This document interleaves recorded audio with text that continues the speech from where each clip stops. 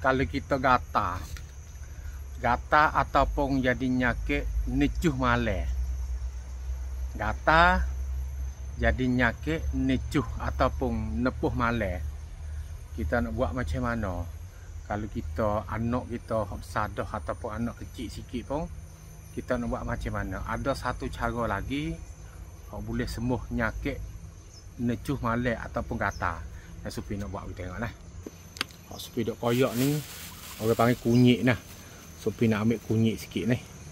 Kunyit ni nah. Okey, Supi nak koyak sikit. Koyak kukuk kulit dia sikit. Kukuk kulit dia sikit kunyit. Hak ni perlu kepada budak besar sikit nah. Bayi tu Supi tak sokong mana sebab takut dia pedih nah. Budak besar-besar sikit, kanak-kanak umur 9 tahun, 10 tahun ataupun orang tua pun boleh nah. Ni nah. Supi koyak kulit dia sikit.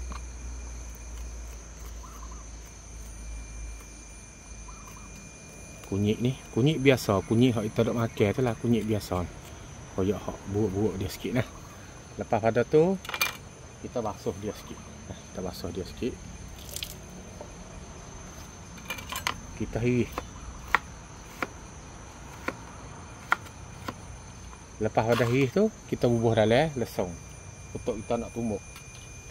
Bahawa kita nak tumbuk ni, kita nak tumbuk dia saja-saja kah kita nak masuk gapo sikit.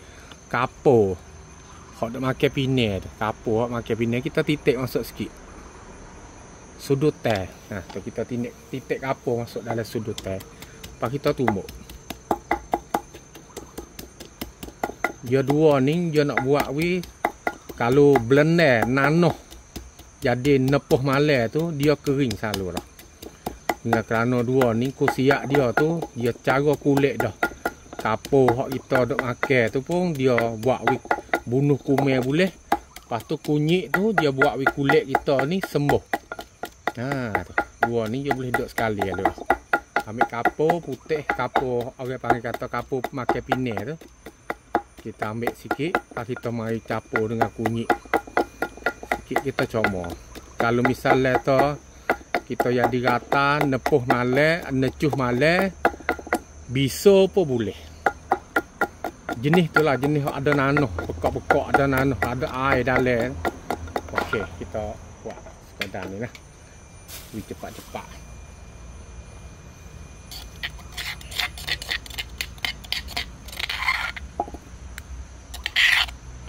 Dia nak buat kunyit tu dia pekak pada sedia. Nah, mudah-mudah.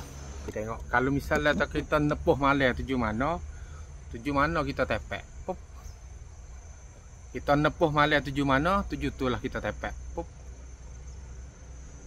Tepek. Lepas tu bawa dia kering tu kita buat dubek insya-Allah. Ataupun kita nak comor gini saja pun tak apa dah, comor. Pun boleh dah nah. Comor tak usah tepek. Bodok suta aja kapur dengan kunyit tu. Dia nak buat nyakit kita hak jadi nepuh malai, necuh malai ataupun kulit jadi gelupah, tak molek, tak comel tengok tu. Dia nak sering, lepas tu dia nak kosmoh. Comor 2 kali ataupun 3 kali sehari insya-Allah nah. Mudah-mudah. Assalamualaikum warahmatullahi wabarakatuh.